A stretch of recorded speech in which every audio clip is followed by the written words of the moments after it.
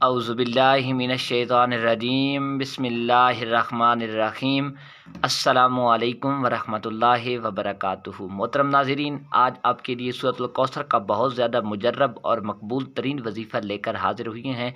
बहुत ही ज़्यादा मकबूल और मुजर्रब ये सूरतुल कौसर का वजीफ़ा है। आपने बस नमाज़ पढ़ने के बाद सीने पे हाथ रख के इन्ना आतैना कल कौसर वाली ये सूरत पढ़नी है। तो इसका मुकम्मल तरीका मैं आपको बताता हूँ कि किस नमाज के बाद आपने पढ़ना है, किस टाइम पढ़ना है और कितनी मरतबा पढ़ना है। इंशाअल्लाहुल अज़ीज़ आपके घर में जितनी परेशानियाँ होंगी, जितनी मुश्किलें होंगी, वो सारी की सारी ख़त्म हो जाएंगी। अगर आपके घर के अंदर कोई लड़ाई झगड़ा है, पैसों की वजह से या किसी और वजह से कोई लड़ाई झगड़ा है, तो इंशाअल्लाहुल अज़ीज़ वो सारी लड़ाइयाँ आपके घर से ख़त्म हो जाएंगी। अगर आपके कारोबार के अंदर बरकत नहीं है, आपको कारोबार में नफ़ा नहीं मिल रहा, इंशाअल्लाहुल अज़ीज़ आपके कारोबार में बरकत भी होगी और आपको नफ़ा भी दुगना हासिल होगा। आपके पास पैसों की इतनी रेल पेल होगी कि आप ख़ुद हैरान हो जाएंगे कहाँ से आ रहा है। बस सिर्फ आप ये मुख्तसर सा सूरतुल कौसर, वैसे भी सूरतुल कौसर बहुत ज़्यादा पावरफुल सूरत है रिज़्क़ के एतबार से, तो आपने इसको बस इस टाइम नमाज़ पढ़ने के बाद आपने पढ़ना है इतनी तादाद के अंदर, जैसे मैं बताऊंगा। तो इंशाअल्लाहुल अज़ीज़ आप ख़ुद हैरान रह जाएंगे कि आपके पास कहाँ से माल दौलत आ रहा है। अल्लाह की रहमत आप पे राज़ी हो जाएगी। जब अल्लाह की रहमत राज़ी होगी तो फिर अल्लाह की रहमत आप पे ऊपर बरसना शुरू हो जाएगी इंशाअल्लाहुल अज़ीज़। बहुत ज़्यादा पावरफुल अमल है। तो आइए चलते हैं कि आपने किस तरीके से इसे शुरू करना है। बावुज़ू हालत के अंदर आपने इसे शुरू करना है। मेरी माएँ बहनें अपने घरों में कर सकती हैं, मर्द हज़रात कर सकते हैं, बुज़ुर्ग कर सकते हैं। और इस वजीफ़े की एक ख़ुसूसियत ये भी है कि अगर पहले आप कोई तस्बीह कोई वजीफ़ा कर रहे हैं तो उसके ऊपर भी इसे आप कर सकते हैं।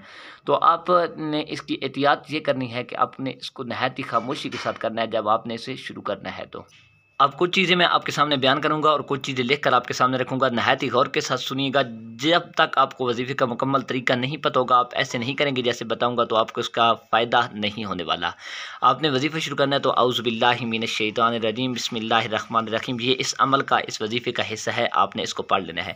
बाकी मोहतरम नाज़रीन, इसका जो वक्त है, किसी भी आप फजर की नमाज़ के बाद इसे कर सकते हैं, ज़ोहर की नमाज़ के बाद कर सकते हैं, मगरिब की नमाज़ के बाद, असर की बाद, इशा के बाद, किसी भी टाइम कर सकते हैं।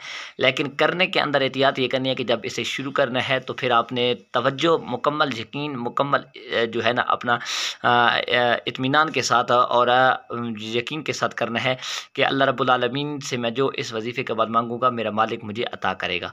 तो उसके बाद आपने जो है ना किसी भी नमाज के बाद अगर आपको टाइम मिलता है, जिस नमाज मसलन ज़ोहर के बाद मिल जाता है, तो आपने जो ही नमाज मुकम्मल करनी है तो उसके बाद आपने सूरतुल कौसर को पढ़ना शुरू करना है। सीने पे हाथ रख के, सीने पे हाथ रख के आपने पढ़ना शुरू करना है। लेकिन उससे पहले आपने 7 मरतबा सरकार दो आलम सल्लल्लाहु अलैहि वसल्लम की ज़ात पे दुरूद पाक पढ़ना है।